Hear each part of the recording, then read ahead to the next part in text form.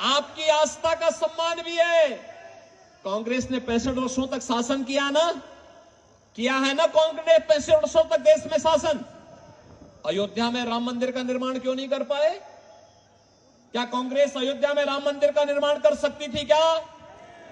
कर सकती थी क्या? मैं तो आपका अभिनंदन करूंगा कि अयोध्या में राम मंदिर आंदोलन में महाराष्ट्र के यहां के बहादुर नौजवानों ने बढ़ चढ़ करके भाग लिया, गुलामी के ढांचे को हटाने में अपना योगदान दिया और राम मंदिर निर्माण में भी जितना धन लग रहा था महाराष्ट्र ने कहा हम सहयोग करेंगे। महाराष्ट्र बढ़ चढ़ करके सामने आया। बहनों और भाइयों, आज अयोध्या में राम मंदिर का निर्माण हो गया ना। कांग्रेस के लोग क्या कहते थे जब कोर्ट ने फैसला नहीं किया था? कांग्रेस के लोग कहते थे अगर फैसला हो जाएगा तो खून की नदियां बहेंगी। जब मैं चीफ मिनिस्टर बना, मुझसे पूछा गया कि कांग्रेस के लोग ये कह रहे हैं। मैंने कहा देखो, हम छेड़ेंगे नहीं, लेकिन कोई छेड़ेगा तो छोड़ेंगे भी नहीं, चिंता मत करो।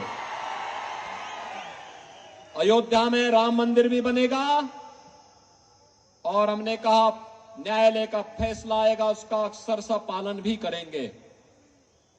और खून की नदियां बहाने की बात तो दूर, एक मच्छर भी नहीं मरने वाला है, मच्छर भी नहीं मरेगा। शांतिपूर्ण तरीके से होगा।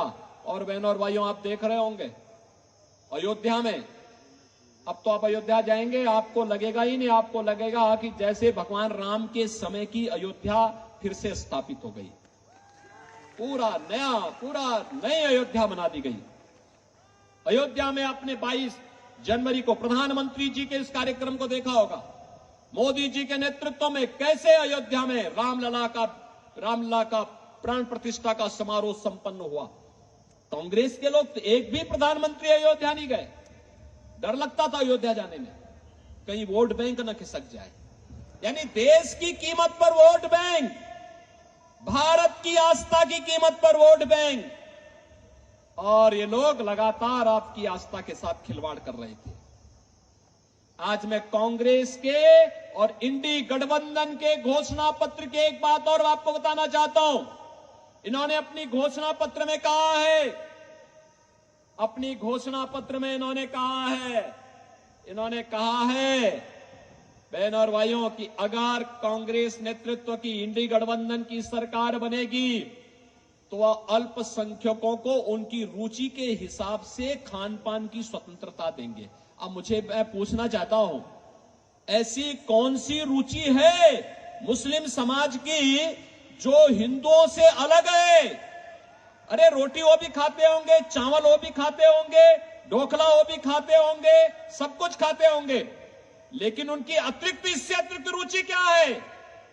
हिंदू गौ कसी को स्वीकार नहीं कर सकता, गौ मांस नहीं भक्षण करता, लेकिन वह चिढ़ाने के लिए जरूर करता होगा और इसीलिए उसके खिलाफ कार्रवाई होती है। कांग्रेस देश के अंदर गौ हत्या की खुली छूट देना चाहता है। क्या आप स्वीकार करेंगे? क्या स्वीकार करेंगे इसको? यानी ये तो महापाप का कारण बनेगा अगर हमारा वोट ऐसे लोगों के लिए जाता है जो गौ हत्यारों को प्रश्रय देते हैं और गौ मांस को देश के अंदर प्रेरित और प्रोत्साहित करते हैं। वह हम सब के लिए इससे बड़ा पाप का कारण दूसरा बन ही नहीं सकता। ये पाप आज कांग्रेस करने जा रही है। और दूसरा, इसके द्वारा भरमाने के बहुत सारे प्रयास हो रहे हैं। बहनों और भाइयों, भरमाने के क्या प्रयास? कांग्रेस जितना झूठ बोल सकती इस चुनाव में बोल रही है, क्योंकि उसे मालूम है इस चुनाव के बाद कांग्रेस इतिहास की वस्तु बनने वाली है। उसको मालूम है इसके बाद कांग्रेस को देश की जनता जनार्दन पूरी तरह ठुकरा देगी। और उत्तर प्रदेश में तो हमारी विधानसभा में 403 विधायकों का चुनाव होता है जनता के द्वारा। कांग्रेस को उत्तर प्रदेश की जनता ने कितनी सीट दी मालूम है? 2। यानी राम नाम सत्य है के लिए भी 4 लोग चाहिए होते हैं ना। वहां 2 ही सीट है, यानी अगली बार छुट्टी। अभी आप देख रहे होंगे कांग्रेस के लोग हिम्मत ही नहीं कर पा रहे हैं यूपी में चुनाव लड़ने का, सब भागे भागे फिर रहे हैं। और बहनों और भाइयों, मैं आपसे ये कहने के लिए आया हूं, अब वो अंतिम उपाय उन्होंने क्या प्रारंभ किया है? अंतिम उनका उपाय वही है कि हिंदू समाज को फिर से बांटो। जाति के नाम पर बांटेंगे, जातीय जनगणना के नाम पर आपको गुमराह करेंगे। 65 वर्षों तक क्या कर रहे थे पूछा जाना चाहिए। फिर जातीय जनगणना के आधार पर हिंदू समाज को खेमों में बांटेंगे और फिर खेमों में बांटने के बाद आपस में लड़ाएंगे। आपस में लड़ने के बाद फिर आपके हिस्से में चुपचाप डकैती डाल करके, आपका हिस्सा काट करके, आरक्षण का हिस्सा, ओबीसी को मिलने वाला आरक्षण का हिस्सा, ये मुसलमानों को बांट देंगे। कांग्रेस ने यूपीए सरकार के समय यह षड्यंत्र किया था। संजय काका पाटिल तब भी हमारे साथ सांसद थे और हम साथ साथ इसका विरोध करते थे कि कांग्रेस को यह षड्यंत्र सफल नहीं होने देना है। इन्होंने तब भी किया था। पहले रंगनाथ मिश्रा कमेटी गठित करके ओबीसी को मिलने वाले 27% आरक्षण में इन्होंने कहा था 6% आरक्षण ओबीसी का काट करके मुसलमानों को दे दो। भारतीय जनता पार्टी ने विरोध किया था, कहा था हम अपने हिंदुओं का आरक्षण किसी भी ऐसे लोगों को नहीं देने देंगे जिसका विरोध बाबा साहब भीमराव अंबेडकर ने किया हो। बाबा साहब भीमराव अंबेडकर ने कहा था कि देश के संविधान को धार्मिक आधार पर नहीं बांटा जा सकता, धार्मिक आधार पर आरक्षण नहीं दिया जा सकता। कांग्रेस के लोग बाबा साहब भीमराव अंबेडकर का अपमान कर रहे हैं। सच्चर कमेटी गठित करके कांग्रेस ने यह प्रयास किया था कि मुस्लिम समाज की कुछ जातियों को दलित में शामिल करके दलितों के अधिकारों पर भी डकैती डाली जाए।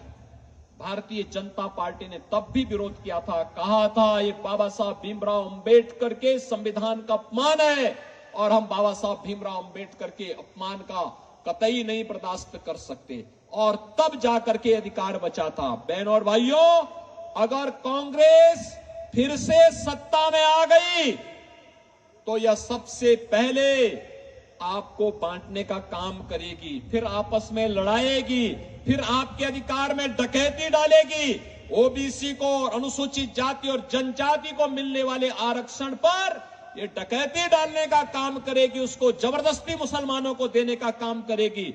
यह हम कतई स्वीकार न करें। और इसी की अपील करने के लिए आज मैं आपके पास आया हूं कि महाराष्ट्र छत्रपति शिवाजी महाराज ने हिंदवी स्वराज्य की बात की थी और उस समय, उस कालखंड में, औरंगजेब के समय में उन्होंने यहां पर हिंदी स्वराज्य की स्थापना की थी। काशी से गागा भट्ट एक महापुरोहित यहां आकर के उनका अभिषेक करते हैं और वो परंपरा महाराष्ट्र की आज भी उसी रूप में गौरव के साथ आगे बढ़ती है। पूरा देश गौरव की अनुभूति करता है छत्रपति शिवाजी महाराज पर। और इसीलिए हमारे यहां उत्तर प्रदेश में भी मुझसे पहले वहां समाजवादी पार्टी जो कांग्रेस की पार्टनर है उसका शासन था। उसने आगरा में एक म्यूजियम बनाने की कार्रवाई प्रारंभ की थी, उसका नाम रखा मुगल म्यूजियम। मैंने कहा क्या इसके लिए क्या मुगलों ने पैसा दिया है क्या? तो कहा नहीं, पैसा सरकार का है। तो मैंने कहा सरकार का पैसा लग रहा है तो मुगलों के नाम पर नहीं होगा, ये छत्रपति शिवाजी महाराज के नाम पर होगा। मुगलों की का कोई चिन्ह इसमें नहीं होना चाहिए। छत्रपति शिवाजी महाराज की गौरव गाथा इसके साथ जुड़नी चाहिए। और बहनों और भाइयों, आगरा में छत्रपति शिवाजी महाराज का भव्य म्यूजियम बनाने का कार्य आज के दिन पर हमारी सरकार कर रही है।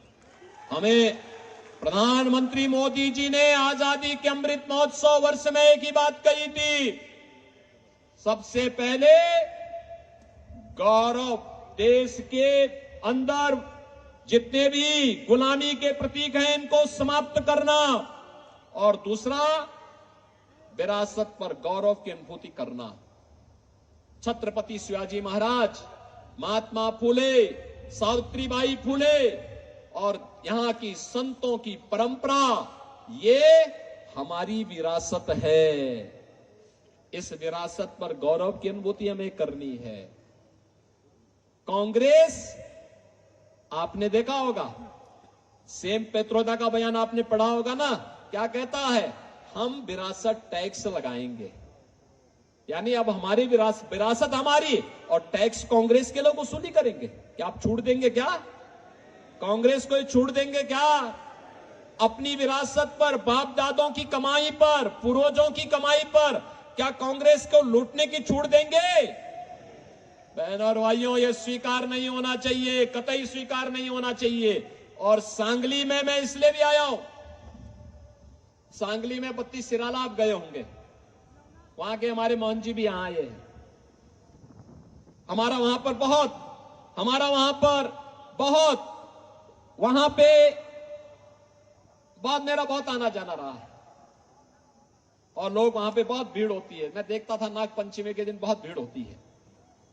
दूसरा, हमारे पूर्व गवर्नर राम नाईक जी का बचपन यही सांगली में व्यतीत हुआ था। राम नाईक जी 5 वर्ष तक यूपी के गवर्नर रहे।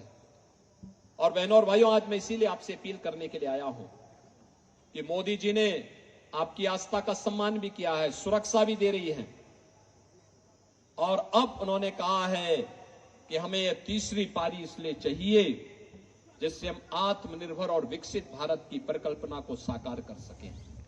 बहनों और भाइयों, आत्मनिर्भर और विकसित भारत का मतलब भारत का हर नागरिक आत्मनिर्भर होगा, हर चेहरे पर खुशहाली होगी, नौजवान के हाथ को रोजगार होगा, किसान खुशहाल होगा, व्यापारी का व्यापार फलेगा फूलेगा, दुनिया के अंदर फैलेगा। और इसके लिए हमें आस्था का भी सम्मान करना है। कांग्रेस के लोग आपकी आस्था का सम्मान नहीं कर सकते। आप मुझे बताओ, कितने लोग हैं जो अयोध्या गए? कितने लोग अयोध्या जाना चाहेंगे? अरे पूरा ही सांगली जाना चाहता। संजय काका, एक ट्रेन बुक करवा देना 7 के बाद, और जब आना हो मुझे सूचना कर देना। अयोध्या में हम स्वागत की तैयारी कर देंगे। बहनों और भाइयों, आज के दिन पर अयोध्या में 5 लाख लोग एक दिन में भी आ जाएंगे तो भी रामलला का दर्शन करने में कोई दिक्कत नहीं होगी, कोई समस्या नहीं होगी। अब तो मैंने कहा ना, एक नई अयोध्या बन गई है, और इसीलिए मैं आपका आह्वान करूंगा, ये सुरक्षा भी, विरासत का सम्मान भी, आस्था का सम्मान भी, ये केवल और केवल मोदी जी की गारंटी ही इसमें आपके लिए उपयोगी हो पाएगी। केवल मोदी जी की गारंटी, और मोदी जी इसके लिए गारंटी दे सकते हैं, कोई और इस कार्य को नहीं कर सकता है। और इसीलिए हम आए हैं। संजय काका पाटिल और हमें दोनों एक साथ कई बार सांसद रहे, एक साथ रहे, लंबे समय तक रहे हैं। मुझे हमारी पार्टी ने बाद में उत्तर प्रदेश में भेज दिया है।